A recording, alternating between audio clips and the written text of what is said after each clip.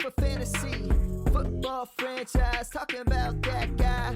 Hoogie, Tyler every week. Heavy analytics, competition real steep. Whoa, that's sweet. Oh, in this belief. Nick so sick, man, bringing ships the whole fleet. Goats, not sheep. Follow every tweet. Don't sleep, always finding sleepers on the street, boy. F3, winning every single league. Money back guaranteed, but it's free. Welcome to the franchise. Welcome to the franchise. Let's go. All right, welcome back to the F3 Pod. My name is Sean. You can find me at Lanny1925 on Twitter. I'm here with Andrew. Hey, what's up? Dubspans02 on Twitter. And I'm here with Joey. I am Joey, the Tooth IDP on Twitter. By the way, Sean, when you weren't here last week, I said Andrew's Twitter name. Oh, it was so good. Maybe you should just host. I don't know. I just want to see you say it. I'm never gonna say it ever.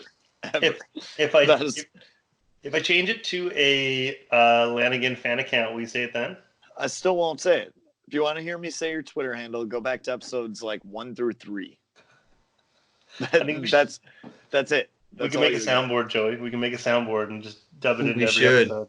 That'd be so good. He'd be so disappointed too. Oh man, I would be absolutely disappointed. Every time it'd be face and palms. No. If you guys want to pay for a soundboard to put that shit on the air, go for it. Bro, you can download apps for free these days. You don't need to pay for that shit. Oh my god. All right.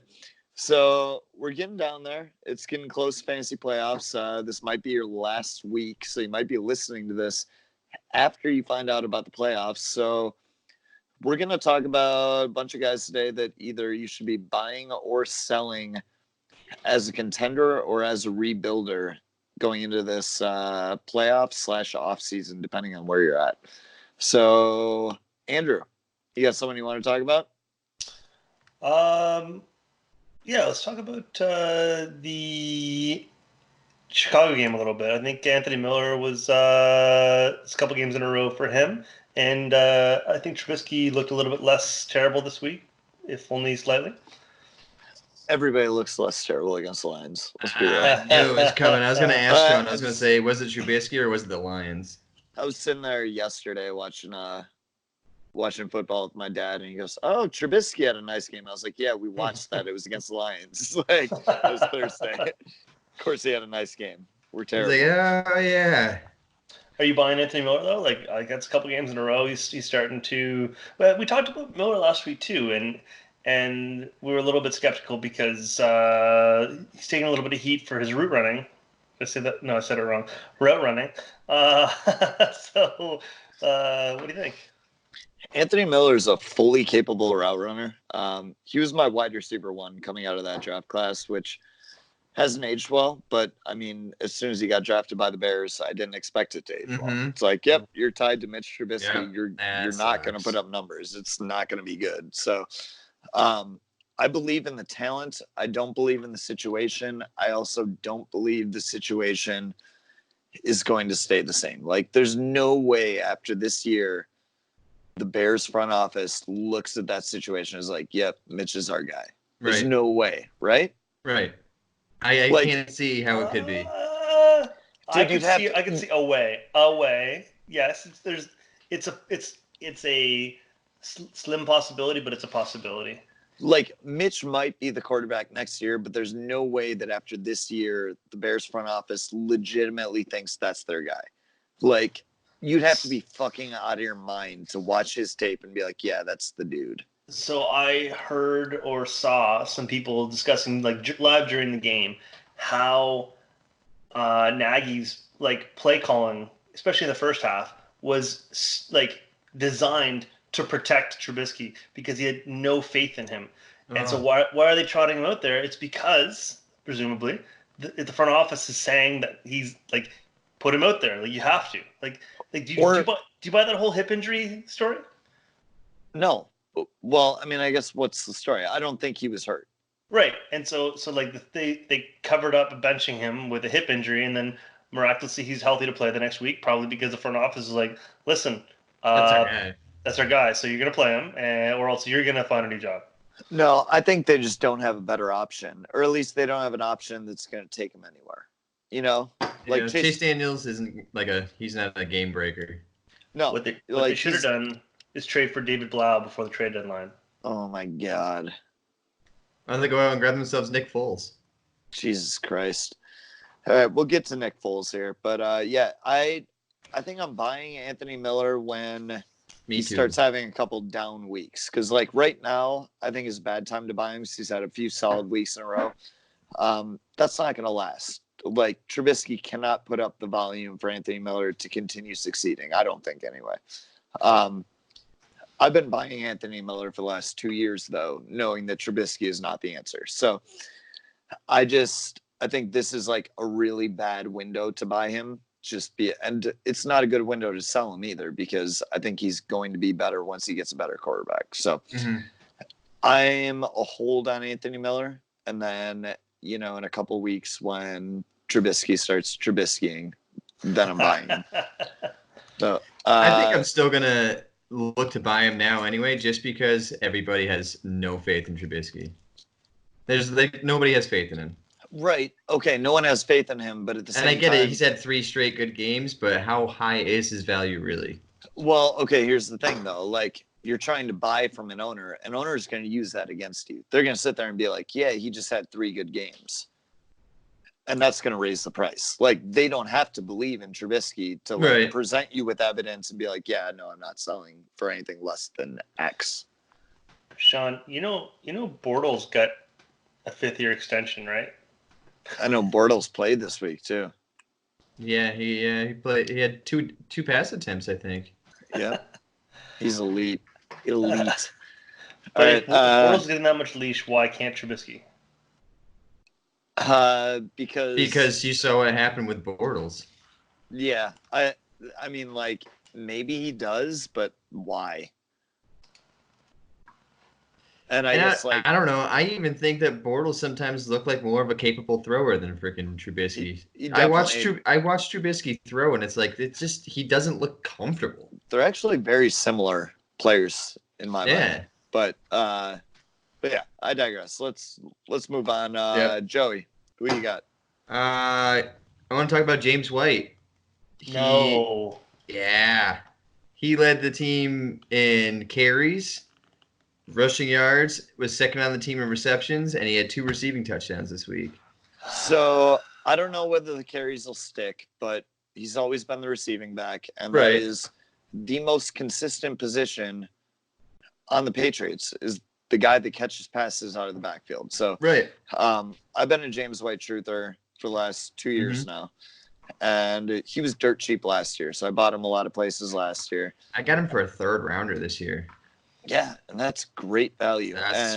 Honestly, like that's somebody that I'm looking to buy going into the playoffs because he's not that old, and maybe the situation changes for him, but he's still got a skill set that lasts in the NFL. You know? And he didn't look bad in between the tackles last week. I mean, he looked better than Sonny Michel.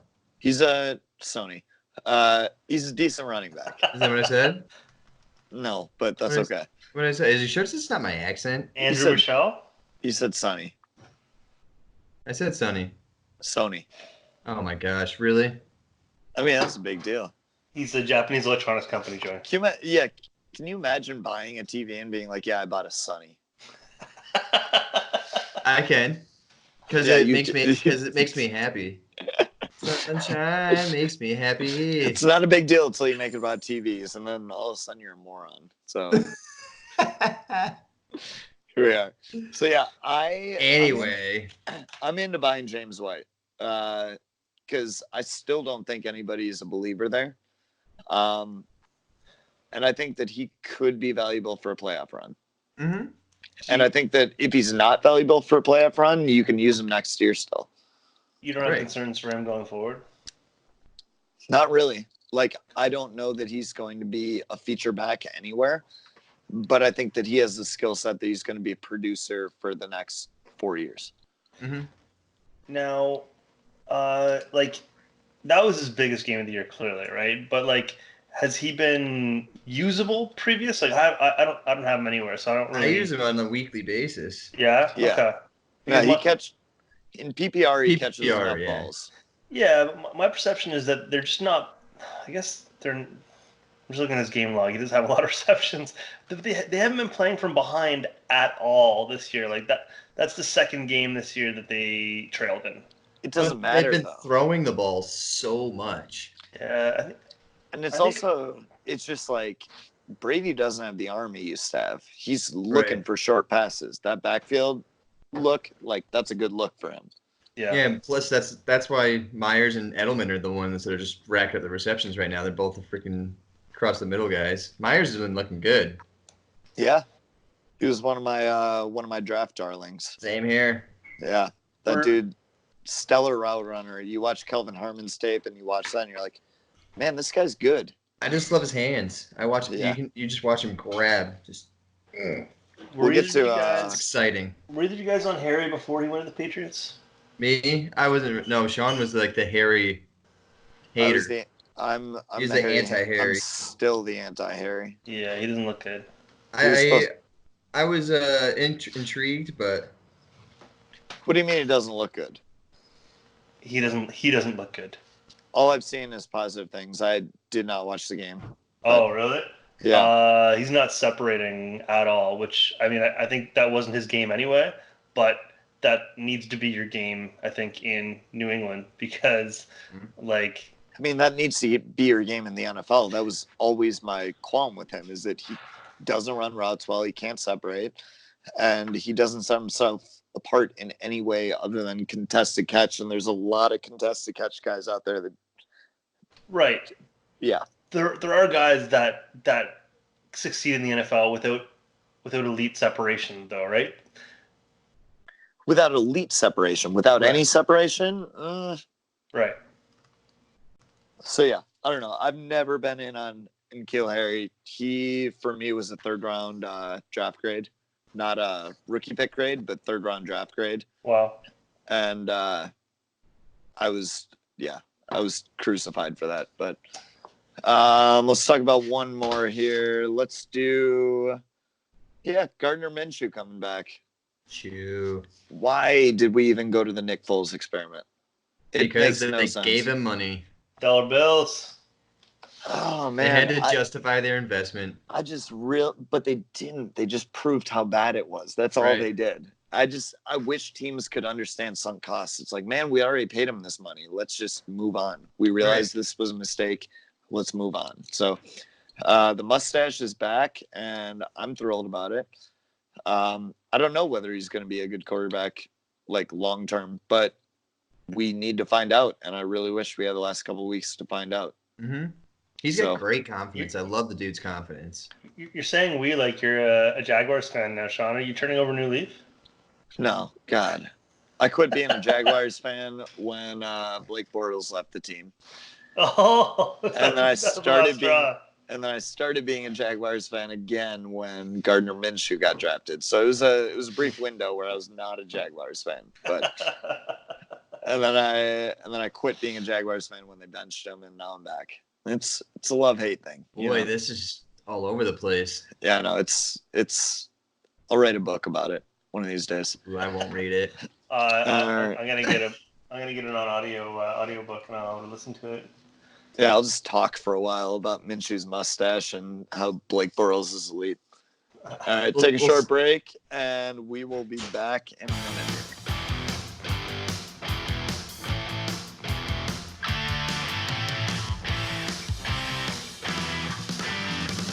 All right, we are back, and I think Andrew has somebody he wants to talk about very specifically here.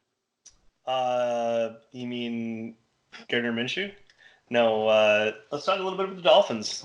First of all, look at what they did yesterday.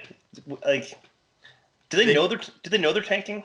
I don't think the players Ryan, don't. No, Ryan Fitzpatrick said, "You know what? I hate everybody in the NFL. I'm just gonna keep slinging. This is what he does, though. He plays horrible all year long, and then he has like 3 or 4 blow-up games, and it's just like It's so great to watch. Beard's flying everywhere through his freaking chin strap. He just looks ridiculous. We're not gonna talk about the run game, but a couple parts of the passing game look pretty good.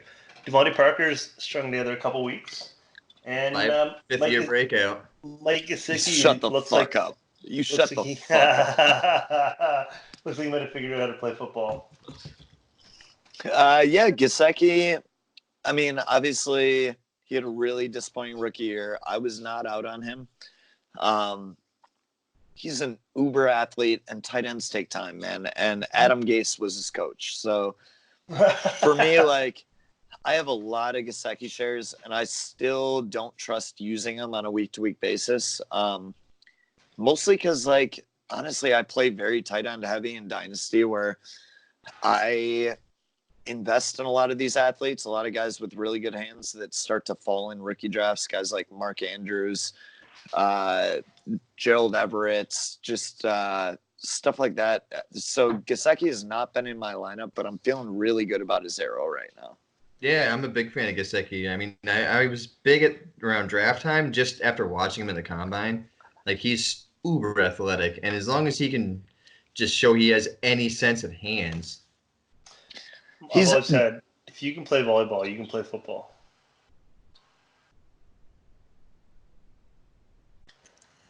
All right, so moving on to Darius Geis.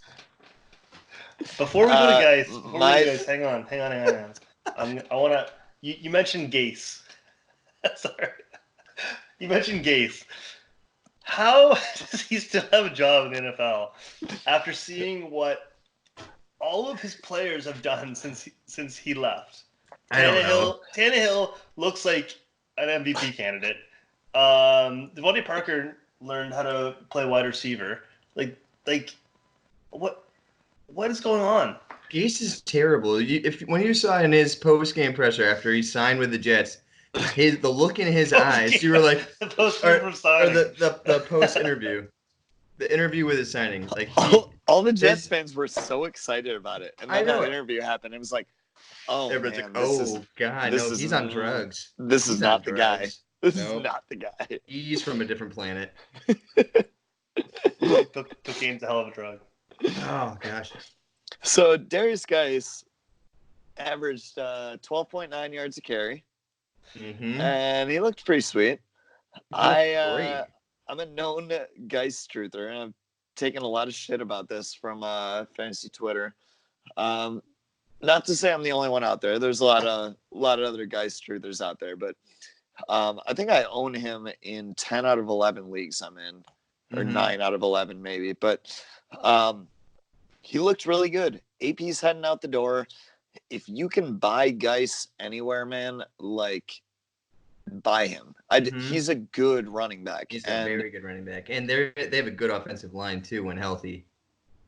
I'd say they're probably about league average, but like, I still think, regardless, he's just good, and you buy good players, and like, people are so down on him because of the injuries, and I get it. I totally get it, but I'm still gambling on that because that is a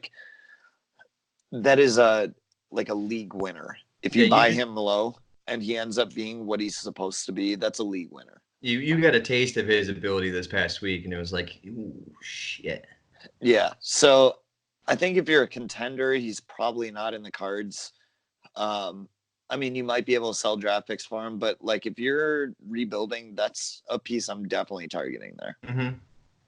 So just, I didn't see any of that game, but like, what happened? Because that's not the game script I'm expecting for Geis on a week-to-week basis. 10 carries?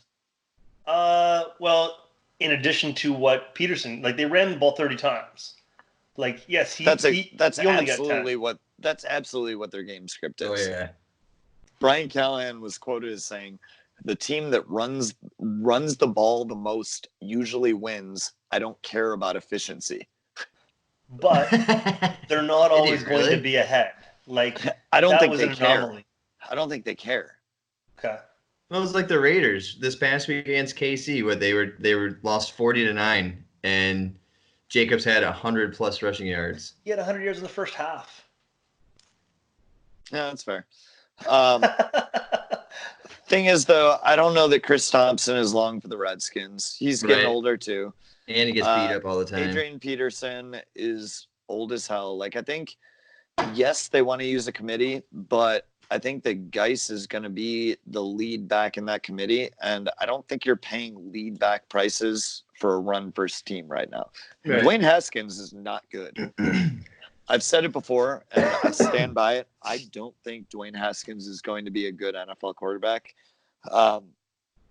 He just didn't look good to me at Ohio State. Like, watching all of the other players at Ohio State after watching his film, it was so apparent to me that just like, man, this does not look like an NFL quarterback. This does not look like there are just too many misfires, too many balls that everybody has to adjust to. And too many of the good throws are coming to Paris Campbell on negative 2-yard passes for wide receiver screens he's going to take for 12 yards. Like, I don't think Dwayne Haskins is the answer. And I think that they're not going to be able to lean on that passing game. And if they get a better passing game, then it's going to open up the run. Alex Smith comes back next year. Oh my God, there's no way. You also don't think that 12.9 yards per carry is sustainable? I think it's probably not. He could probably exceed that and hit around like 16, 17 yards per carry. And he was limited to 2 touchdowns. So I think we're looking at probably progression in the touchdown area. If he's not averaging 4 touchdowns a game and 15 yards a carry by the end of the year, I'd be surprised. So I don't like think pretty I don't solid think anybody should RB2. listen to us anymore. Pretty solid RB2. This is where This is where we lose all of our listeners. Yeah, we just This episode just told everybody to leave. Like, who So, are these people? Sticking with the Redskins, McLaurin had a down game. Kelvin Harmon had his breakout game. If you call it a breakout. Do you call that a breakout? I think He was the most targeted receiver. I think as a 6th round pick, that's a breakout for him. I guess. I mean, he's a talented receiver. He's a talented player. But the NFL didn't believe he was a talented player. If they did, he wouldn't have fallen into the the 6th NFL round. didn't believe Auden Tate was a talented player, and look at him this year. He went undrafted. We'll talk about him later. Shut up. So We'll Kelvin talk about him Harmon. next. We'll get to him next. So I actually wanted to bring Harmon up when we were talking about Harry. Harry Harmon. Is he not a similar style of receiver? Like he doesn't have great separation. He's got good contested catches. He's got reasonably good hands. He's a big receiver, right? Similar, yes, but I believe he's better at the things that N'Keal Harry struggles with. So, A, I believe he's a better route runner. B, and here's the primary thing, he's better at finding spaces in the zone where against zone coverage, like, yes, you have a spot you have to get to, but you have to position yourself in a way that you put yourself in those little holes in the zone. And I think that's where Kelvin Harmon excels, is against zone coverage. He just finds those spots. Outside of that, I think they're very similar players, but I think that you get, obviously, Kelvin Harmon a lot cheaper. And I think that he does a lot of things better than N'Keal Harry. And I'm not saying that he's going to be a better fantasy asset because A, draft capital, and B, quarterback / team / offensive scheme. So no, you're not trading N'Keal Harry for Kelvin Harmon, but I think for the price, Kelvin Harmon's like a pretty good gamble there. And I don't know that N'Keal Harry is a significantly better player, and that may end up being a very cold take down the road because I know I'm very alone in that take. But I just don't think N'Keal Harry is that good, and I think Kelvin Harmon is significantly better than what he gets credit for. Okay. All right, Joe, you got somebody? Auden Tate. Let's talk about him a bit. He's been the best receiver for the Bengals this year. I'm going to go ahead and say it. Yeah, This year? No, you're crazy. Who's been better than him this year? Tyler Boyd? Tyler Boyd's been spotty. All right. He might have. Let me retract a little bit. Tyler Boyd Tyler Boyd may be the best receiver so far numbers wise, but Auden Tate came out of nowhere to be, and he has been the past few weeks the best receiver they have. Tyler Boyd has had a couple of huge catches, but throughout the game, Auden Tate's been the better receiver. How many weeks has Auden Tate like played significant snaps. Wait, you're gonna have to make me go back and look, huh? I'm going to make you do that. In the meantime, on Tate going undrafted was just criminal. Like, you don't find 6'5" wide receivers that run good routes very often. And he's another one like Kelvin Harmon that's very good at finding spots in the zone. And I just like, I can't understand NFL teams that see that ability, like contested catch ability, like the ability to go up and make one-headed grabs and like awareness on the sideline and just body control and find spots in the zone. 6'5" frames, good hands. Like, I can't understand how you let that go undrafted. It was week 3. Okay. Week 3, he reached 88% of snaps, and he hasn't dropped below 76% since. So he missed the first 2 weeks for the most part. Tyler Boyd played every week. Yeah, we'll make you look. But yeah, I can't understand how that went undrafted.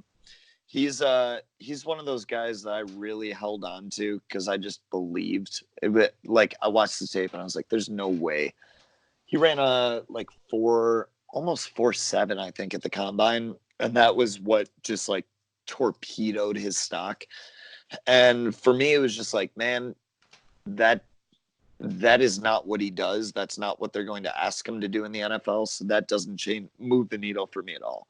So I held with him as a late second round grade in terms of NFL draft value. And I still feel pretty strongly about that. I think he's a good player.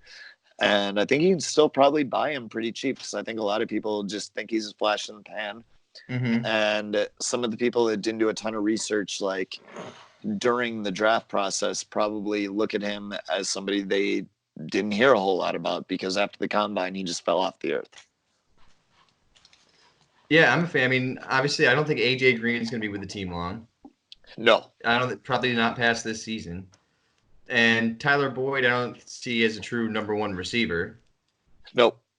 So I think Auden Tate can fill that AJ Green type role. I'm not saying he's as talented as AJ Green. He has the whole frame, the body, and the athleticism. But I mean, AJ Green's obviously the better player. But you already have a guy on your team that you can start building around. You can add another receiver to the group, but I think they will. I think they'll add another receiver in the second or third round this year after they draft a quarterback. And then I think Tyler Boyd will move back to the slot. Yep, which is a good move for him. Yeah, I think so too. So, all right, we're going to take a short break, and then we got a couple of other players to talk about here.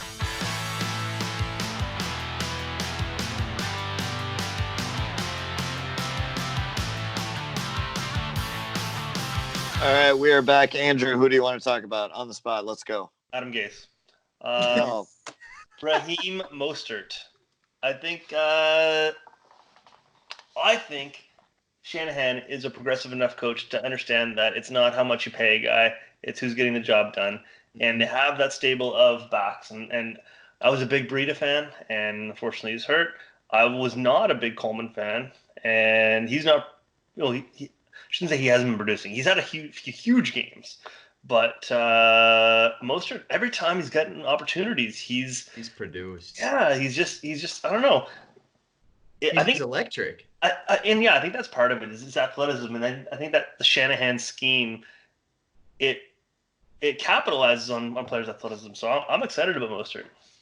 Yeah, see, I'm not, because like you look at it, and Coleman had a great week last week, and then he came in and he got no work this week. So I think that's just what you're looking at there. Right. And I think, honestly, if we have to look like next year going into the year, if you have to cut Breida, Coleman, or Mostert, who are you cutting? McKinnon. For a fantasy team, you're getting rid of Mostert. Yeah, and that's, I guess, where I'm at, where, like, I still think that given all things equal, he's third in the pecking order. Like, he may have had the hot hand this week, so he played all the snaps, but I think you can't really trust who's going to play on a week-to-week basis. And it's still going to be Tevin Coleman starting next week, and it's going to be Matt Breida next. Mostert was the third man in this week, wasn't he? Even with Breida injured, Breida still played, but it was just when Mostert got the ball, he was electric. Did Breida play this week? I thought he was out with injury. Oh, no, he was out. I'm sorry. Yeah. He was out. Either way, I just like To me, guys like Mostert are guys that are going to be replaceable because they are just pure athleticism. And I think they can go into the draft this year, take somebody in the 5th round that's pure athleticism and plug them right into Mostert's role. And that's not to say that Mostert's not a good running back. It's more just that I don't know that Kyle Shanahan needs him. And so keep him around for his special teams ability. That dude's a special teams ace. Right. But like, let's say he goes somewhere else in a year, right? Let's say he plays next year and then he goes somewhere else. Is there any value there? Do you think he's going to drop? No. Right. Exactly. So like, to me, if you're looking at a 1-year running back, there's not that much value there. And there's even less value when there's the potential for him to just have weeks where it's like, Nothing. oh yeah, Coleman was our lead back and he was playing well, so we didn't even mix him in, Right. Or Breida's back, we're not even mixing him in. Yep. You don't like him as like a flex play down the stretch of the playoffs? I mean, I like him as like a lottery card flex play, but I don't think you're ever going to look at that and like play him and be like, yeah, I feel really good about that, unless Coleman and Breida are out. Yeah, I was gonna say if Breida comes back next week and he's healthy, I can't muster up the energy to start Mostert in any league. Yeah, not at all. So, all right, Joey, who you got? My man Robbie Anderson. I'm just gonna Andrew. Andrew, we're not gonna talk. Joey's gonna say everything. We'll move on. He is the best receiver in the NFL. All right, moving on. Sorry. No, he had his second good week, and this is why I liked him at the beginning of the season, because him and Sam Darnold seem to have a good rapport with each other. And with Sam Darnold healthy, Robbie Anderson seems to produce, and that seems Sam Darnold. I mean, 2 weeks ago he looked great.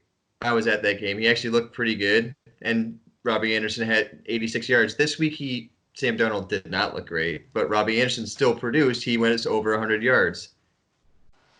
So I'm just buying him with Sam Darnold. Hang on, are we touting a player that has his second good week of the season in week 13 as a good player? Is that what we're doing right now? We are not. I'm just saying I'm still a fan of Robbie Anderson.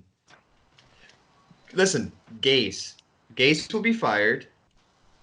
You give a normal offensive coach to the Jets. Have you had sex with Robbie Anderson? No, I actually don't even have that much of a crazy obsession, but you've just made me have to like him for shaming me so much about it that I've actually became a fan. So do you actually believe they're going to fire Gase? They should. They won't. The owner literally came out and said that they were not firing Gase, and he felt it was important for him to say that publicly to set Gase's mind at ease. Like, he literally came out. Just give him cocaine. His mind will be at ease. He's got his own. All right, Ian Thomas. Let's talk. Greg Olsen, not long for the league. I really like Ian Thomas. He's super efficient.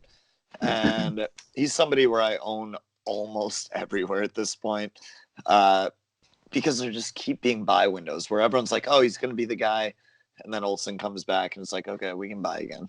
Buy again. What are you buying? What are you buying him for? It depends. Tight end premium, I think I might be willing to spend like a late second on him. Like if I'm like pick 11 out of 12, I might be willing to do that. If I need a tight end, but Sold. You definitely don't have to pay that. Why you have him? I got him in our sleeper league, and I'll probably do that because I have no tight ends. There we go. I might offer you a trade. Yeah, we might do that. All right, and there we are. And right after I said you probably won't have to pay that, but I don't. Hey, if you see my stable of tight ends in that league, you'll understand. Yeah. It's pitiful. I got to look at mine in that one. I think I'm doing okay in tight ends. All right, Ross Dwelly, Jacob Hollister, Tyler Eifert. Yeah, Jesus Christ. Yeah, I waited way too long in that league. I'm about to move into first place in that one because Dude, I I've lost. dropped so many. I think I lost 2 of my first 3, and then I haven't lost since then. And Johnny's just been sitting right in front of me all year long, even though I've had more points. Yeah. And I outscore him every week, and he just won't lose. And finally, this week, I think he's going to lose. I'm going to jump him right before the playoffs. I just gone on a severe losing streak because let's just name my running backs who were starting at the beginning of the season: Devonta Freeman, Damian Williams, David Johnson. I mean, My IDP is carrying me in that league. Yeah, I mean, you should look at my running backs. I have nobody. I know. So I think I was starting Raheem Mostert this week, and that's why I won. All right, Andrew, we got a couple of players left. We got about 10 minutes here. The Doghouse, Tampa Bay, Rojo and Barber. They keep trying to reel you in with Rojo having a good week, and then a good week, and then a good week, and then he apparently misses in pass pro, and Doghouse it is, and then they stroll Peyton Barber out there to punch in some 1-yard touchdowns, and it's touchdowns. It's not good for anyone. No. I'm buying Rojo. Absolutely. Like, I bought him like tentatively before, but I think I'm going to buy him aggressively right now because after this week, people hate him so much. Like, I think you can get a starting running back for a 3rd-round pick. Do they hate him as much as you hate my Twitter? Or Robbie Anderson. Yeah, I think they hate him more. And I really fucking hate your Twitter, and I dislike Robbie Anderson. He doesn't hate him, though. I strongly dislike him. But yeah, I think I'm buying Rojo, and I don't even like Rojo. But if you can get a starting running back for a 3rd-round pick, eventually he's going to string a couple of games together, and you're going to be able to sell him for a second. I think as his value is not any lower than it is right now. Get benched again. I think a week ago you could have sold him for a second, and then this game happened, and suddenly like people are like, "Yep, that was fool's gold." Yep. I really think you're going to get that window again. So, yeah, I'm buying Ronald Jones. Let's talk Jordan Giants. Wilkins and Benny Snell. We'll get to the Giants in a second here. So, my takes, I think Benny Snell is going to split carries with James Conner. Jordan Wilkins, if Marlon Mack comes back, is going to lose most of his work to Mack. But if Marlon Mack doesn't come back, we talked about this a few episodes ago. I talked about this on the IDP guys 2 weeks in a row, and Nathan was taking a victory lap on me for picking up Jonathan Williams. It was like, okay, man, but like I said that if Jonathan Wilkins is healthy, or if Jordan Wilkins is healthy, he's going to be the guy. If not, then Jonathan Williams is going to be the guy. And Jordan Wilkins wasn't playing, so Jonathan Williams got the carries. But as soon as Wilkins came back, he started being the lead back there. So I still think if Marlon Mack is out for any extended period of time, it's Wilkins. And I think that if you're buying a handcuff, which if you're doing that, you should wait till Marlon Mack officially comes back and has a decent game and Wilkins is out, then you buy Wilkins. Did you guys get any update on when Mack's coming back? I didn't look. I've been out of town all week doing family stuff, so I just took a cursory glance and I don't see anything definitive. It just says don't expect him out as long as people think, which is kind of cryptic, but like it's a broken hand, and I believe it's his right hand. I believe his right hand dominant, so it's like his primary ball carrying hand. Like it just seems like isn't that a big risk for fumbling? You would think so, yeah. I don't know. I guess I've never played with a broken hand, so. It just says remains in monitoring phase of injury.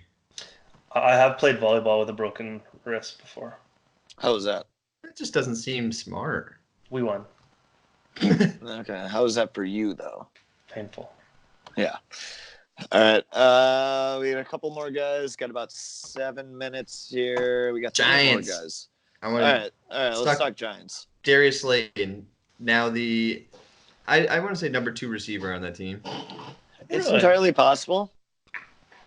Yeah. And it's interesting because they can all play in the slot, Hmm. and Slayton is really getting a lot of work though. Yeah. And he was another one of my draft darlings. Kind of thought of him as like Mikael Hardman light, I guess. And I think he's outproduced Hardman this Yeah. year, but he's definitely like that type of player where he's good after the catch, blazingly fast, good route runner. I think he's a little thicker, but I just like I really like Darius Slayton. I don't know if he's going to be a long-term answer, and he kind of falls in that category where it's like he's probably never going to be an RB1. He probably won't ever be like a solid wide receiver 2. He's probably going to max out in that wide receiver 3 range, but maybe he goes above that. It's tough to say. But like those are the kind of wide receivers where I almost like selling them I was because just gonna say this is probably the best point to sell him. Then. yeah, just because I think like guys like this, I really like them as players, which is why I like drafting them. But I like drafting them for these windows where Mhm. you get them in like the late 3rd, 4th round where nobody really gives a fuck about these guys. And then you can probably sell them for like late 2nd round picks because people see like young receiver putting up numbers, and you kind of just see that their cap is below that wide receiver 2 yearly number. And so you Mhm. sell there and you try and get the 2nd round pick and just swing for something a little bigger. Agreed, definitely. What do you think, Andrew? I agree. So yeah, I do really like him as a player. I like him as a fantasy asset. I just don't know where his ceiling is.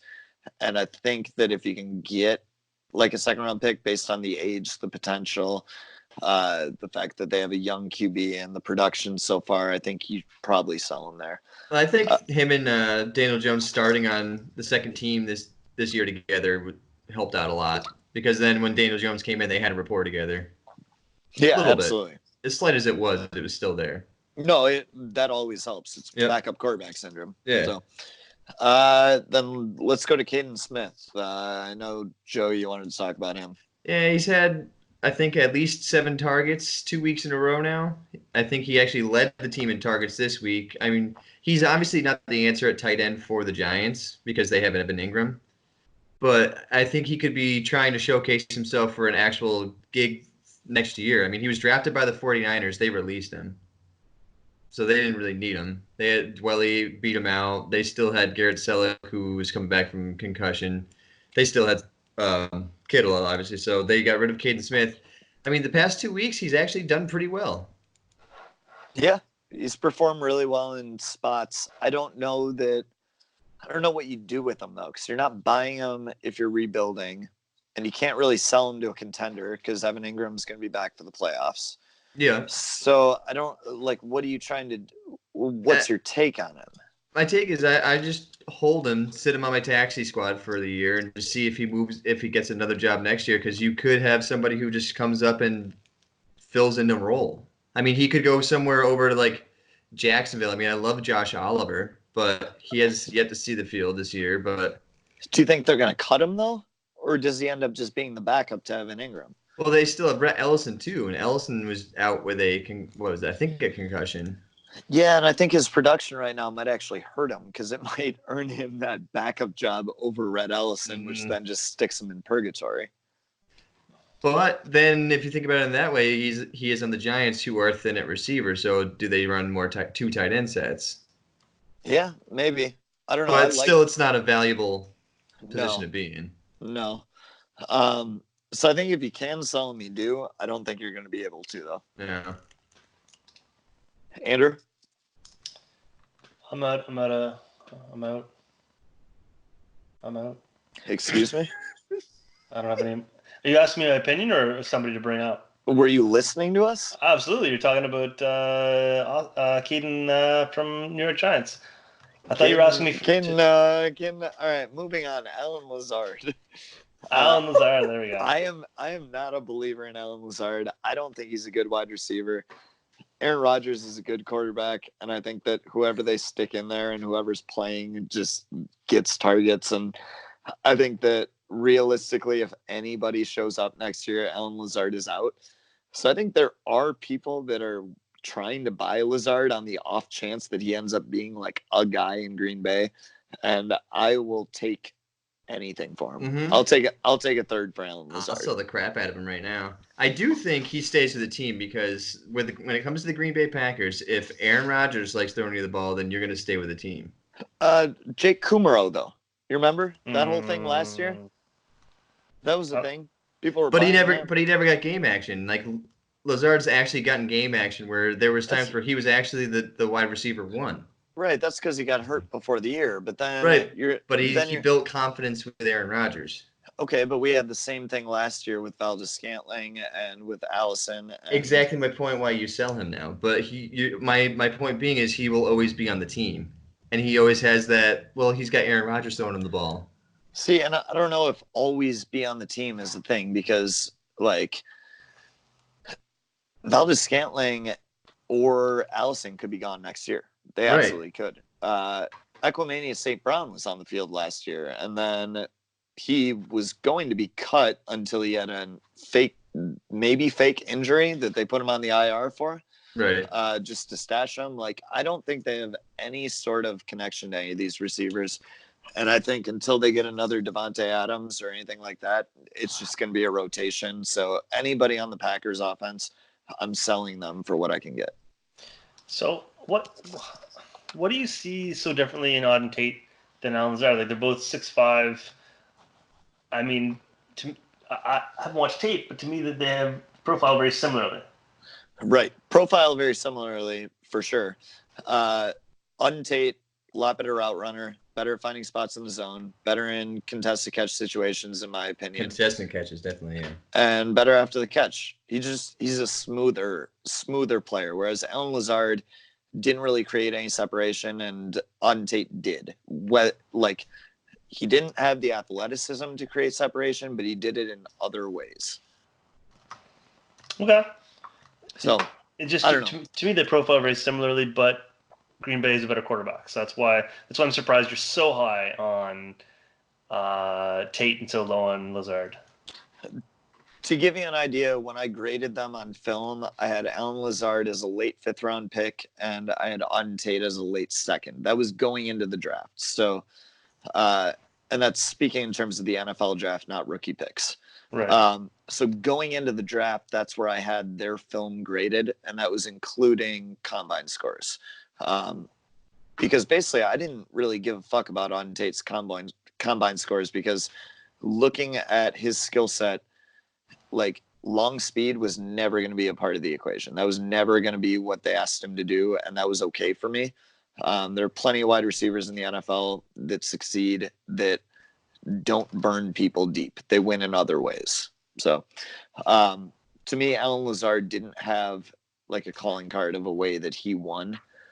He didn't have anything that he stood out with. He was just kind of like above average in certain areas and below average in others. And to me, that was just a player that, like, yeah, you're going to float around in purgatory for a while. Purgatory. So, all right. Any last thoughts before we wrap this up, guys? I don't have anyone else to bring up. Robbie Anderson is the best receiver in the NFL. All right. With that, you can find our written content at dynastyfootballdigest.com or at idpguys.org. You can find our video content at Writer Digest Network on YouTube. Writer is spelled R-E-I-T-E-R. If you go to the websites, it's $1 a month for subscriptions. We have tools, rankings, ADP, trade calculator, start sit. You get access to our Slack channel where we will give you any sort of advice you ask for, and basically you have a direct line to us and every other writer or podcaster within our network. Yeah, I mean, that's it. Volleyball players make good football players. This is true.